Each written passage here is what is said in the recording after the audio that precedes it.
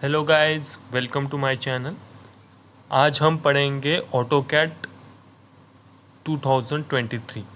वो भी स्टार्टिंग से क्या होता है, जो हमको काफ़ी ज़्यादा चीज़ें जो बिगनर्स के लिए इम्पोर्टेंट रहती हैं, वो आज हम इस वीडियो में देखेंगे। इसमें आप देखेंगे कि स्टार्टिंग से जो चीज़ें हमको ध्यान रखनी और याद रखनी ज़रूरी है वो क्या रहती है, और किन टूल्स पे के ऊपर हमको ज़्यादातर ध्यान देना है, वो आज हम पढ़ेंगे। यहाँ पे देखेंगे होम पेज पर रिसेंट में जो ड्राइंग्स दिखाई दे रही है वो रहेंगी आपकी, जो भी आपने ड्रॉ किया है रिसेंटली, वो ड्राइंग आपको यहाँ पे शो करेंगे। ओपन फाइल में क्या होता है कि जो आपने सेव की है या फिर आपने पेन ड्राइव से या फिर किसी भी फाइल के थ्रू आपने यहाँ पे लेके आई है, वो आपको ओपन फाइल में दिखेंगे। जैसे न्यू पे क्लिक करेंगे आपकी ड्राइंग ओपन हो जाएंगी। ऑटोकैड आप यहाँ पे ड्राइंग कर सकते हैं। अभी थोड़ा देखेंगे यहाँ पे कुछ चीज़ों के बारे में।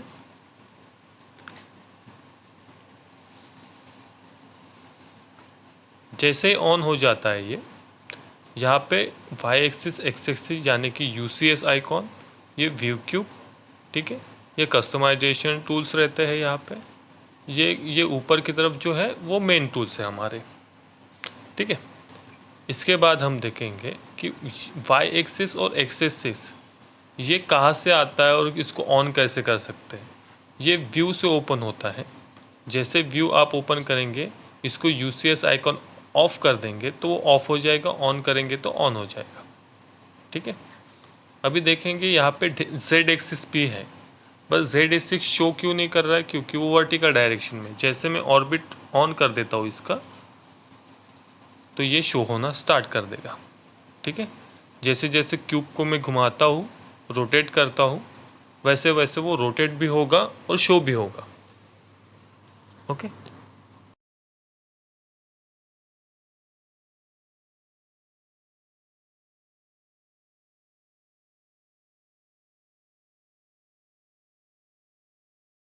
इसके बाद हम देखेंगे वो है व्यू क्यूब। व्यू क्यूब का काम क्या रहता है, अगर हमें कोई भी डायरेक्शन उसको देखनी है, जैसे कि top view, side view, bottom view, तो उसके लिए 3D व्यू के लिए उसका यूज़ होता है, ठीक है।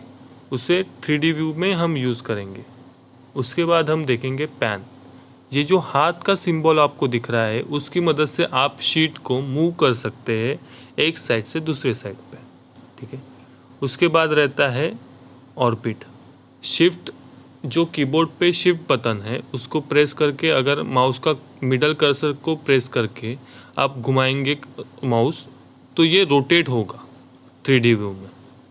तो ऑर्बिट का काम हम इस तरीके से कर सकते हैं ताकि हम हमारी इमेज को हर एक एंगल से देख सकें, राइट। जैसे कि आप ये यूसीएस आइकॉन देख सकते हैं, राइट।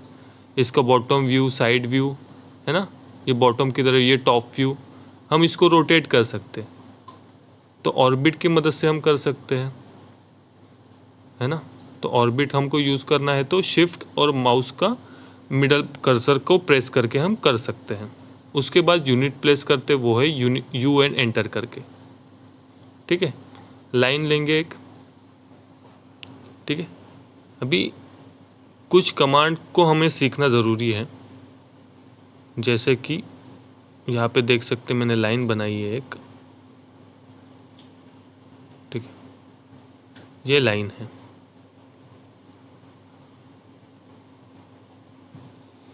अभी लाइन की डायमेंशन मुझे यहाँ पे शो हो रही है। अगर मैं डायनामिक इनपुट मोड अगर ऑन कर देता हूँ, तो वो मुझे कर्सर के साइड में जो शो हो रहा है वहीं पे शो हो जाएगा, ठीक है। तो लाइन की मदद से अगर डायनामिक इनपुट मैंने ऑन कर देता हूँ, तो इसकी मदद से वो कर्सर के साइड में मुझे शो होना स्टार्ट कर देगा। ये यूज़ होता है डायनामिक इनपुट का, ठीक है। जैसे जैसे मैं आगे बढ़ते जाता हूँ, एक ड्राइंग ड्रॉ करता हूँ, वैसे मुझे उसकी ज़रूरत पड़ेगी। उसके बाद रहता है ऑर्थो मोड। ऑर्थो मोड का काम क्या रहता है कि अगर मुझे कोई लाइन 90 डिग्री में बनानी है या फिर स्ट्रेट लाइन बनानी है, उसके लिए मैं ऑर्थो मोड का यूज़ करूँगा। ठीक है, ये देख सकते हैं आप, स्ट्रेट लाइन बन रही है हर एक एंगल में, है ना, 90 डिग्री, 180 डिग्री, उस एंगल में मेरी लाइन क्रिएट होती जाएगी। ठीक है, जैसे ऑफ कर देता हूँ तो लाइन के साथ बन रहा है एंगल।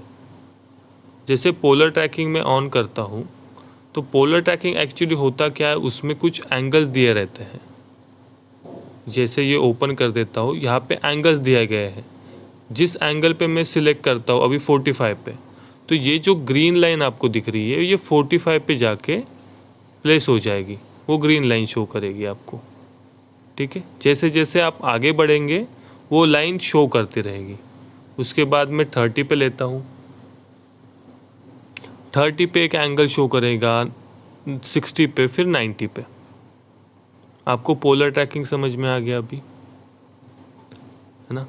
पोलर ट्रैकिंग की मदद से हम इसका यूज़ कर सकते हैं कोई भी एंगल क्रिएट करने के लिए, है ना। जस्ट लाइक फिर 18 का भी देख लेते हैं, है ना। 18 पे शो हो रहा है। उसके बाद ठीक है, ये समझ में आ गया।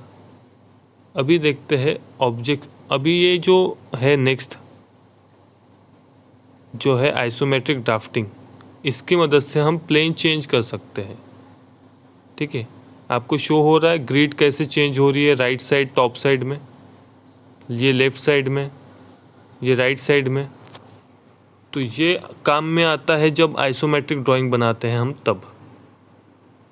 ठीक है, उसके बाद है हमारा जो टूल है वो है ऑब्जेक्ट स्नैप। तो यहाँ पे कोई टूल्स जो ऑफ है, जैसे कि मिड पॉइंट ऑफ है, अभी देखिए मिड पॉइंट ऑफ है तो इसका एंड पॉइंट शो हो रहा है ये लाइन का। ठीक है, पर यहाँ पे है ऑन है, इसलिए अभी मिड पॉइंट इसका ऑफ है। तो भी लाइन सिलेक्ट करने के बाद अगर मैं इसके मिड पॉइंट से अगर कुछ ड्रॉ करना चाहता हूँ तो इसका मिड पॉइंट मुझे शो नहीं करेगा। क्यों? क्योंकि इसका यहाँ से जो स्नैप मोड है वहाँ से ऑफ है, वो मोड कमांड वो ऑफ है, इसके लिए वो नहीं दिखेगा। अगर मैंने इसको ऑन कर दिया तो वो वहाँ पे ट्रायंगल शो कर रहा था। ठीक है, और यहाँ पे सेटिंग में जाके आप देख सकते हैं कि हम ड्राफ्टिंग एंड एनोटेशन ये हम 2D के लिए यूज़ करते हैं। ये काफ़ी इम्पोर्टेंट है, आपको नोट डाउन करना चाहिए इस पॉइंट को। और 3D मॉडलिंग, जब हमारा काम 3D में होगा तब हम 3D मॉडलिंग सिलेक्ट करेंगे। ओके, इतनी बातें आपको समझ में आ गई। ओके,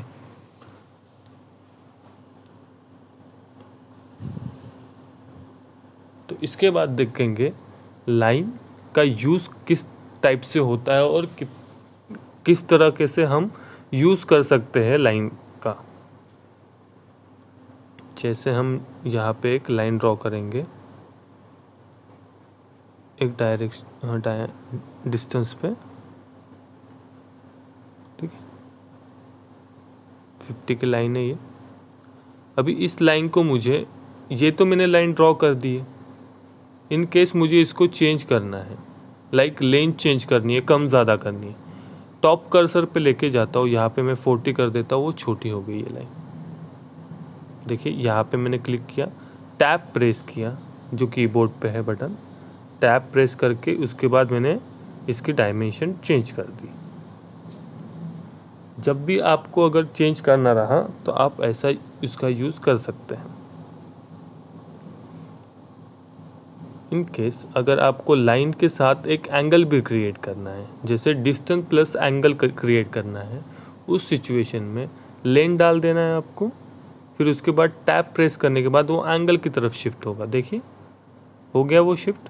अभी यहाँ पे आपको एंगल प्रेस करना है, जैसे 60 प्रेस कर देता हूँ मैं, या फिर कुछ डिफरेंट एंगल, जैसे 62, राइट। ये 62 का एंगल क्रिएट हो गया है। ठीक है, आपको अगर देखना है इसका डायमेंशन, 1 मिनट, ये लाइन को बढ़ा देते हैं।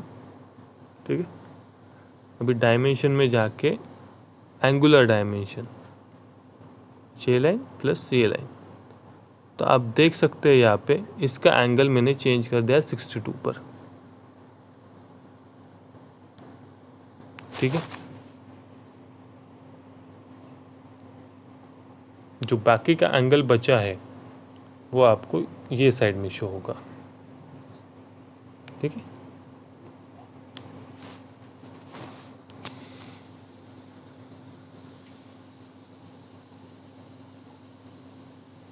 उसके बाद देखेंगे हम पॉलीलाइन। लाइन और पॉलीलाइन में क्या डिफरेंस रहता है वो हम जानेंगे आज। ठीक है, तो पहले मैं लाइन से एक ड्राइंग ड्रॉ कर देता हूँ फ्री हैंड से।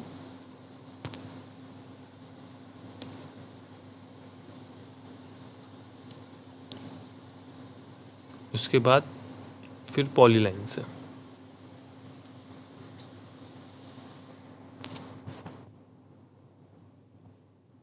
सिमिलर ड्राइंग, ताकि हमें समझने में आसानी हो। ठीक, तो लाइन और पॉलीलाइन में डिफरेंस क्या होता है? अगर हम लाइन से बनाते हैं तो वो सिंगल एक लाइन क्रिएट करती है। ठीक है, बट पॉलीलाइन में क्या होता है, जो भी ऑब्जेक्ट वो क्रिएट करता है तो वो एक कंपोनेंट या फिर ग्रुप बन जाता है। वो एक ग्रुप बन जाता है, कोई भी एक लाइन पॉलीलाइन से आप क्रिएट करेंगे तो। ये बात आपको ध्यान में रखनी है। अगर इस पॉलीलाइन को हमें ब्रेक अगर करना हो या फिर सिंगल, जैसे लाइन दिख रही है सिंगल सिंगल लाइन क्रिएट करनी हो, तो उसके लिए एक टूल है हमारे पास। वो उस टूल का नाम है एक्सप्लोड, जो मॉडिफाई कमांड में आएगा। ठीक है, मॉडिफाई में उसका यूज़ होगा, वो बाद में पढ़ा देंगे। अभी देखेंगे सर्कल। रेडियस सर्कल, जैसे हमने सर्कल ड्रॉ किया, एक पॉइंट सिलेक्ट कर लेते हैं। सिलेक्ट करने के बाद इसमें रेडियस डाल देंगे हम ऐसे। फिर से समझते हैं उसको।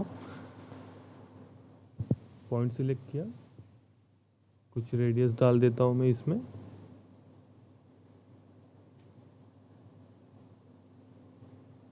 ओके, ये मैंने रेडियस का बना दिया, हो गया। उसके बाद देखेंगे हम सेंटर डायमीटर। इसमें हमको डायमीटर डालना पड़ता है, जैसे आपको पता होगा, आपने इंजीनियरिंग में पढ़ा होगा या फिर पॉलिटेक्निक में पढ़ा होगा। ठीक है, ये दो सर्कल हमें तो पता ही है कि किस तरीके से यूज़ होता है इनका। ये बेसिक दो सर्कल से। ठीक है, इसके बाद जो सर्कल है हमारा,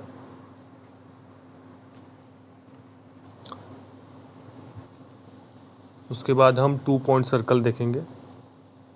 वो है 2 पॉइंट सर्कल, जैसे ये एक पॉइंट, ये दूसरा एक पॉइंट। जब हमको 2 पॉइंट दिए गए हैं और डिस्टेंस नहीं पता है, तब उस टाइम पे हम 2 पॉइंट सर्कल का यूज़ करेंगे। जैसे कि फॉर एग्ज़ाम्पल ये एक लाइन है और वैसे ही नीचे एक पैरेलल एक लाइन है, पर इन दोनों के बीच का डिस्टेंस मुझे नहीं पता है, तो डायमीटर और रेडियस का मुझे कोई काम नहीं आएगा। तब मैं 2 पॉइंट सर्कल का यूज़ करूँगा। ठीक है,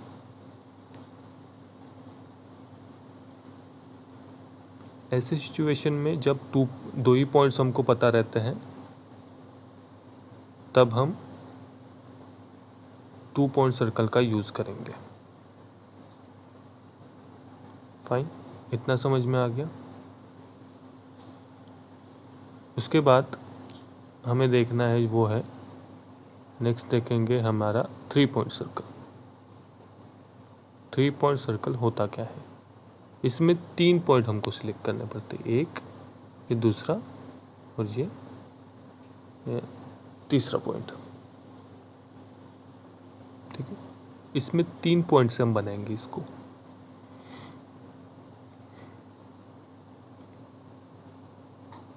एक मैं बॉक्स क्रिएट करता हूँ ताकि हमें अच्छे से समझ में आए।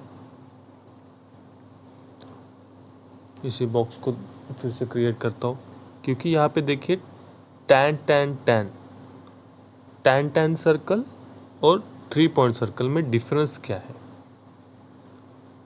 ठीक है, देख सकते हैं। इन दोनों का डिफरेंस हमें पता करना है। ये एक पॉइंट, दूसरा, तीसरा,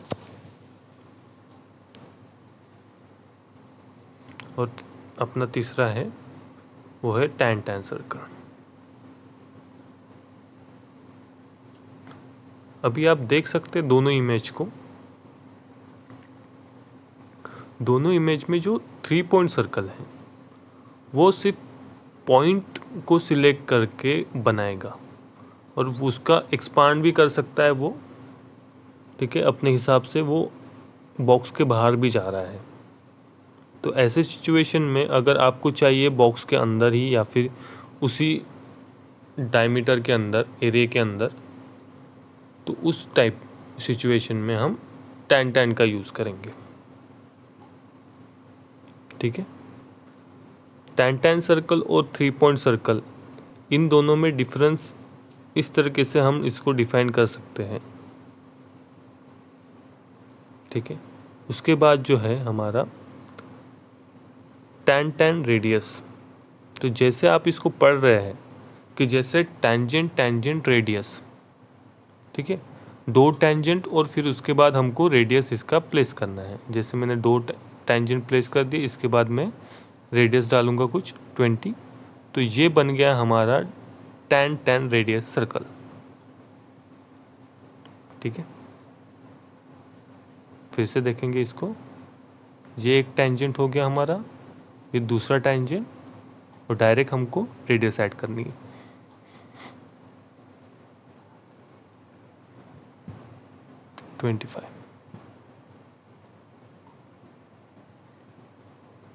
आपको सर्कल समझ में आया, ठीक है। सर्कल में कुछ ज़्यादा दिक्कत नहीं आनी चाहिए आपको। अगर कुछ डाउट्स होते हैं तो आप वीडियो को प्लीज़ रिवाइंड करके देखिए और सब्सक्राइब कीजिए मेरे चैनल को, है ना। फिर से देखते हैं डायमीटर सर्कल, फिर उसके बाद है 2 पॉइंट सर्कल,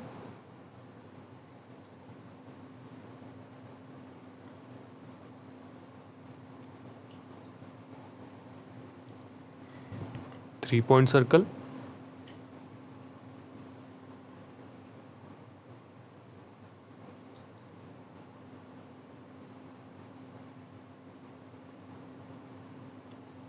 इसके बाद देखेंगे टैन टैन रेडियस,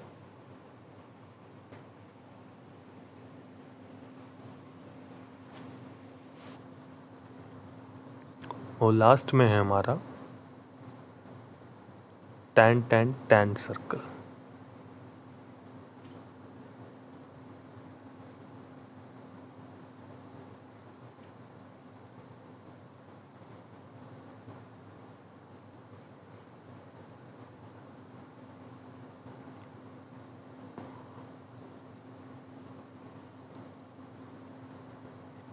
अभी देखेंगे हम, स्टार्ट करेंगे आर्क।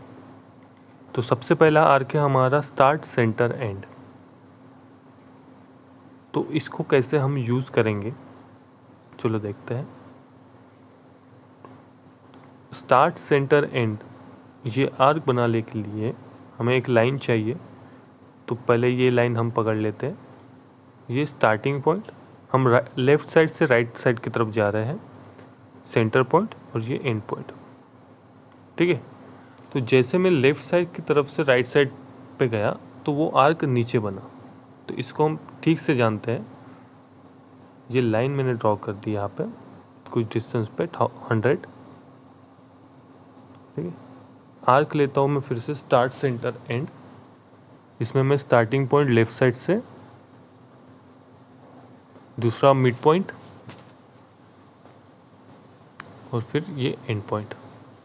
और जहाँ पर भी मैं अगर एंड पॉइंट, अगर मैं लाइन के कोई ये 100 की जो लाइन है इसके बीच में अगर मैं सिलेक्ट करता हूँ तो वहाँ तक की वो लाइन जाएगी, मतलब आर्क जाएगा वो। ठीक है, इसको मैं डिलीट कर देता हूँ, फिर से बनाते हैं। स्टार्टिंग पॉइंट, ये मिड पॉइंट और ये एंड पॉइंट। अभी मैंने लेफ़्ट साइड की तरफ से राइट साइड पे गया तो वो आर्क बना है डाउनवर्ड डायरेक्शन में, मतलब कि नीचे बना है। अभी मैं राइट साइड की तरफ से लेफ़्ट साइड में जाता हूँ तो वही आर्क बनेगा मेरा अपवर्ड साइड में। ये बात आपको नोटिस करनी है और आपको नोट डाउन करनी है कि आर्क अगर आपको अपवर्ड साइड बनाना है तो राइट साइड की तरफ से लेफ़्ट साइड की तरफ पे जाइए, और डाउनवर्ड डायरेक्शन में बनाना है तो लेफ़्ट साइड की तरफ से राइट साइड की तरफ जाइए। ओके, नेक्स्ट आर्क की तरफ हम बढ़ते हैं। जो नेक्स्ट आर्क है हमारा वो है स्टार्ट सेंटर एंगल। जैसे आप पढ़ रहे हैं कि स्टार्टिंग पॉइंट, ये सेंटर पॉइंट, और अभी हमें एंगल देना है। जैसे कि मुझे कोई भी एक एंगल 90, 60, 45, 70 या फिर 180 एंगल, तो कोई भी एंगल हमें देना हो तो जस्ट प्लेस करना है। जैसे कि मैं देता हूँ 56, है ना। अभी हम दूसरा देखेंगे स्टार्ट सेंटर लेंथ।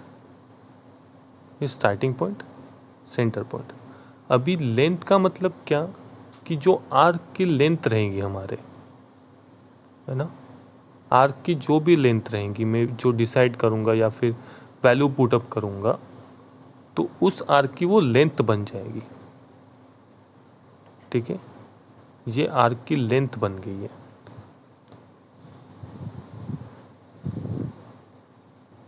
तो ये बात आपको ध्यान रखनी है कि लेंथ मतलब वो आर्क की लेंथ हो गई है।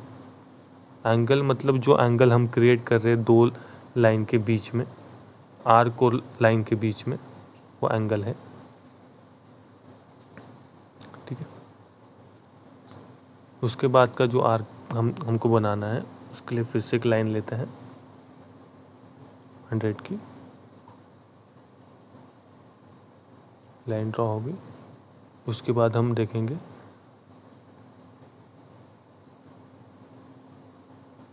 वो है हमारा स्टार्ट एंड। अभी देखिए स्टार्ट एंड एंगल। ठीक है, इसमें क्या है, अभी जो हमने देखे हैं 3 आर्क उसमें सेंटर हमको दिया गया है। अभी जो हम देख रहे हैं उसमें हमको एंड पॉइंट दिया गया रहेगा। ठीक है, ये स्टार्ट पॉइंट, ये एंड पॉइंट। अभी एंगल इसमें सिलेक्ट करना है।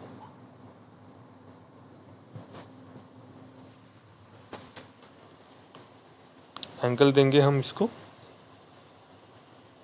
कोई भी एक एंगल पे हम, अगर हमको एंगल नहीं पता है परफेक्ट एंगल, तो हम उसको ड्रैग करके हम लेके आ सकते हैं।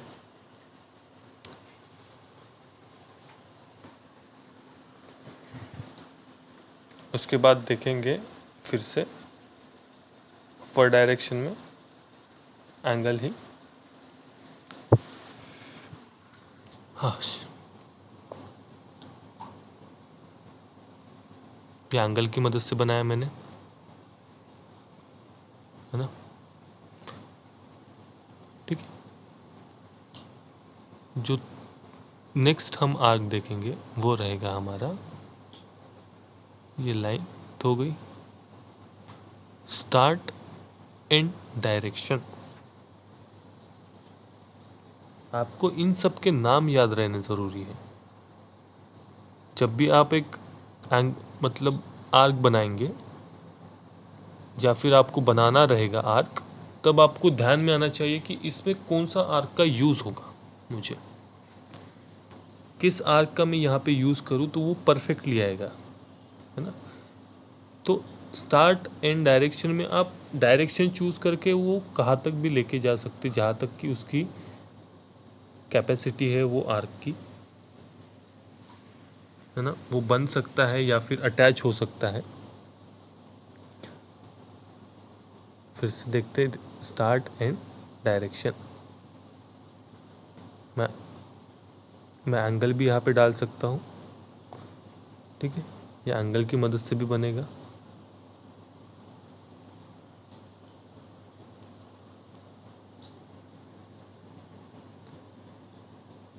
Ortho mode on 100।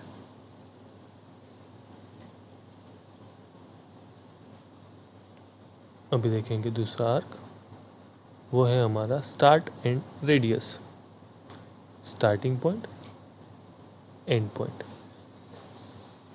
और अभी देख सकते हैं आप कि स्टार्ट एंड रेडियस में अगर आप मिड पॉइंट से अगर छोटा रेडियस लेंगे तो वो बनेगा ही नहीं, और मिड पॉइंट से ज़्यादा लेंगे तो वही तब बनेगा वो आर्क। अगर आप छोटा लेंगे डिस्टेंस तो आर्क क्रिएट नहीं होगा आपका।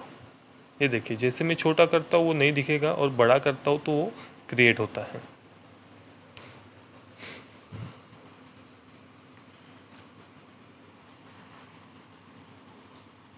ठीक है, आर्क तक हो गया। अभी जो नीचे के आर्क्स हैं, जैसे centre start and, centre start angle, centre start length, ये सिमिलर है ऊपर के जो हमने 3 आर्क देखे हैं उसके। ठीक है, तो बस नाम का ही चेंज है उसमें, बाकी वर्क उनका सेम सिमिलर ही है। ठीक है, अभी देखते हैं रेक्टेंगल। रेक्टेंगल क्रिएट करने के लिए हमें 2 साइड चाहिए हैं। जैसे कि इसमें फर्स्ट साइज हमने ले लिए, मतलब कि लेंथ एंड ब्रेथ। तो लेंथ मैंने यहाँ पे डाल दी है कुछ 100। अभी दूसरी लेंथ हमको, उसकी ब्रेथ अगर हमको डिसाइड करनी है तो उसके लिए हमको टैप प्रेस करना है, वो कर्सर शिफ्ट हो जाएगा, और ये हमारा 50/100 का हमारा रेक्टेंगल क्रिएट हो गया है। ठीक है, ये समझ में आया? फिर से देखते हैं इसको, नहीं समझ में आया होगा तो। ये एक आर्क बना दिया मैंने पॉइंट सिलेक्ट करके, मैं लेंथ डाल देता हूँ एक। ठीक है, टैप प्रेस करते ही शिफ्ट हो जाएगा कर्सर। फिर यहाँ पे भी मैं दूसरी लेंथ ऐड कर दूंगा, क्रिएट हो गया रेक्टेंगल हमारा। तो हमको टैप की मदद से उसको कर्सर को हम शिफ्ट कर सकते हैं। उसके बाद देखेंगे हम पॉलीगॉन। तो पॉलीगॉन में क्या होता है कि हमको डिसाइड करना है उसकी साइड्स। ठीक है, जो भी जितनी साइड चाहिए हमको हम उतनी ऐड कर सकते पहले।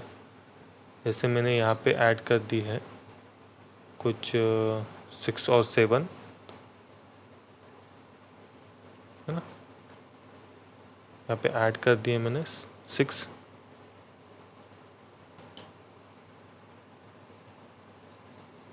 जैसे मैं इसको क्रिएट करता हूँ, वो सेंटर पॉइंट टू जो कॉर्नर है वहाँ से वो क्रिएट होगा। अभी जो 6 हमने ऐड कर दी है, उसके बाद सेकंड ऑप्शन को क्लिक करके जब क्रिएट करता हूँ तब वो सेंटर पॉइंट टू लाइन के सेंटर से बनेगा। तो दोनों में डिफरेंस इतना ही है, आप देखेंगे तो।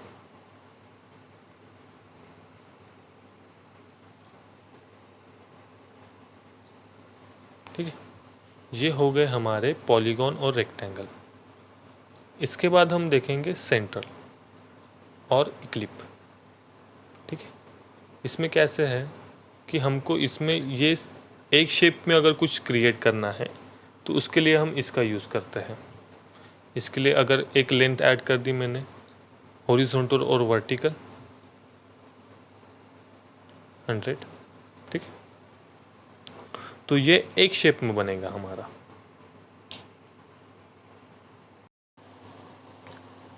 ओके, इतना समझ में आया आपको? इसके बाद हम देखेंगे वो है एक्सिस एंड। तो ये भी सिमिलर बनता है, जैसे हॉरिजॉन्टल डिस्टेंस हमने यहाँ पे ऐड कर दी है कुछ 100 और वर्टिकल डिस्टेंस हमने यहाँ पे ऐड कर दी है 100। ये 100 डाल देंगे तो सर्कल ही हो जाएगा, तो इससे अच्छा हम डिस्टेंस डालेंगे 11 या फिर 120। ठीक है, तो ये हम यहाँ पे एक्सिस एंड से भी हम सिमिलर क्रिएट कर सकते हैं। और है इलिप्टिकल आर्क, इसमें हमने हॉरिजॉन्टल डिस्टेंस ऐड कर दिया है, वर्टिकल भी डिस्टेंस ऐड कर देंगे। जैसे ऐड कर देंगे, एक पॉइंट हमको सिलेक्ट करना है, ये यहाँ पे सिलेक्ट कर देता हूँ मैं, और ये आर्क हम क्रिएट कर सकते हैं। देख सकते हैं जैसे मैं एंटी क्लॉकवाइज आर्क रोटेट कर रहा हूँ या फिर घुमा रहा हूँ इसको, माउस को, वैसे वैसे वो आर्क क्रिएट होगा।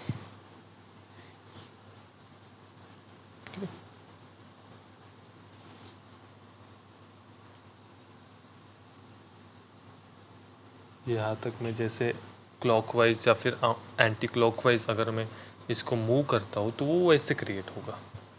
तो जैसे हमको आर्क चाहिए है तो वैसे हम इसको आर्क को हम क्रिएट कर सकते हैं बाय इक्लिप्स आर्क और इलिप्टिकल आर्क, हम इसको दोनों नाम से बुला सकते हैं। ठीक है, तो ये यहाँ पे इक्लिप और सेंट्रल ये हमारे यहाँ पे कंप्लीट हो गए। तो ड्रॉ टूल में से अभी जो लास्ट है वो है हैचिंग। ठीक है, तो हैचिंग कैसे होती है वो हम देखेंगे। इसके लिए मैं लेता हूँ पहले रेक्टेंगल कोई भी एक डायमेंशन का, फिर उसके बाद एक पॉलीगॉन, इन दोनों में हम हैचिंग ऐड करेंगे।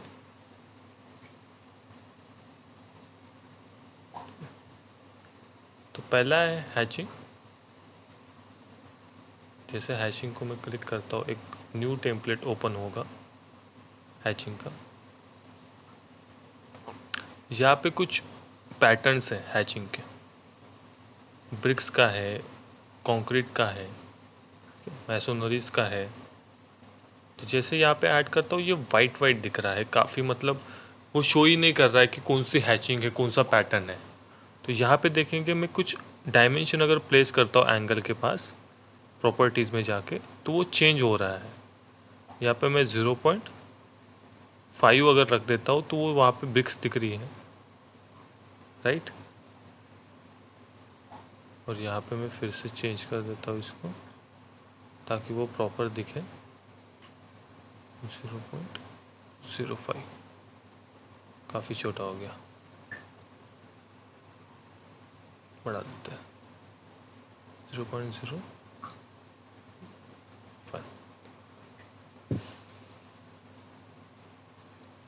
ये फिर से नहीं हुआ, तो इसको आप कम ज़्यादा करते रहिए ताकि आपको पता चल जाए कि प्रॉपर अगर हमको चाहिए है। हाँ, ये देखिए जैसे मैंने इसको क्रिएट किया वो प्लेस हो गया, ये होती एक हैचिंग हो गई। अभी इसका जो है हम पैटर्न कलर भी चेंज कर सकते हैं, ये दूसरे में मैं ऐड कर देता हूँ, ये कुछ न्यू डिज़ाइन। ये यहाँ पे जाके फिर से मैं इसका एंगल चेंज कर देता हूँ 0.2 पे भी नहीं आ रहा है। हाँ 0.6 इस ओके। हाँ ये अच्छा दिख रहा है। और वाइड करना होगा तो इसको हम बढ़ाएंगे। ठीक है, तब ये हैचिंग हो गई दोनों। अगर इसका हमें प्रॉपर्टी चेंज करनी है, इसको सिलेक्ट कर लिए, इसका कलर मैं चेंज कर देता हूँ, इसको मैं कर देता हूँ रेड कलर और इसको वाइट, ताकि ये ब्रिक्स दिखे। इसका भी सिमिलर हम चेंज कर सकते हैं यहाँ से। कौन सा कलर रखें, चलो ग्रीन, ग्रीन ठीक रहेगा, ग्रीन। और ऊपर का रखेंगे येलो। हाँ, लाइट ब्लू, ब्लू भी ठीक नहीं दिख रहा है, मे बी येलो ही ठीक दिख रहा है। हाँ ठीक है, ये कुछ डिज़ाइन ऐसे दिखेंगे हैचिंग, अगर हमको कुछ शो करना रहा, अगर कुछ कंपोनेंट को, ठीक है, इस तरीके से हम इसको शो कर सकते हैं। और एक रेक्टेंगल,